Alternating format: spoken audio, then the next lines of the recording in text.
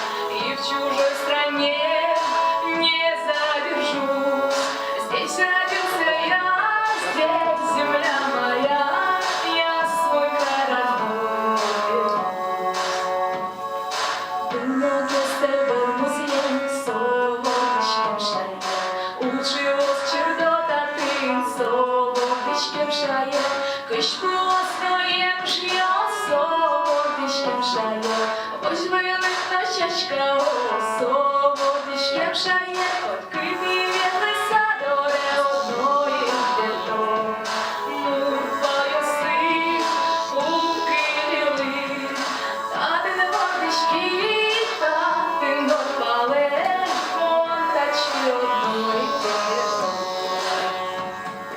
Та ти не водиш квіта, ти допале, монтачі одної пирно. Толпи нашими, як сумне ти,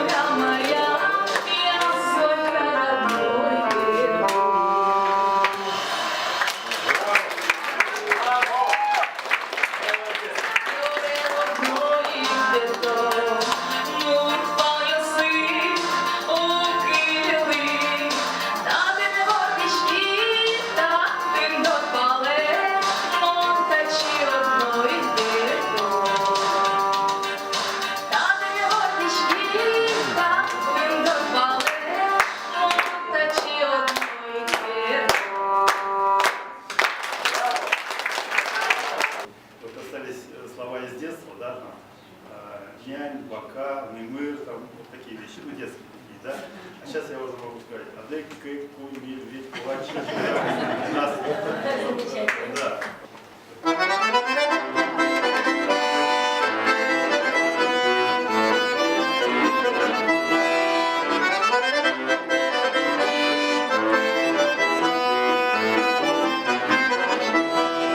Окном широким, под окном высоким, вишня белоснежная цветет. Мимо этой вишни, мимо этой хаты, парень травы первый раз идет. Мимо этой вишни, мимо этой хаты, парень травы первый раз идет. Он в окно заглянет, ничего за вишней не видать.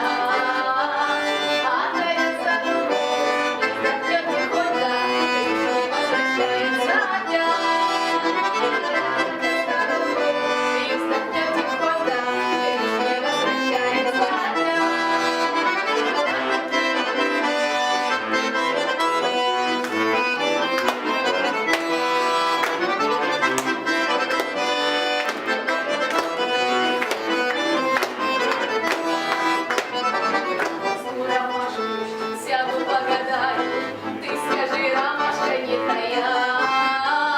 Ты скажи, ромашка, любит ли Наташка, любит ли хорошая моя. А скажи, ромашка, любит ли Наташка, любит ли хорошая моя. Под окном высоким, и вишня белоснежная цветет. Мимо этой вишни, прямо в эту хату, парень травы свататься идет. Мимо этой вишни, прямо в эту хату, парень травы свататься идет.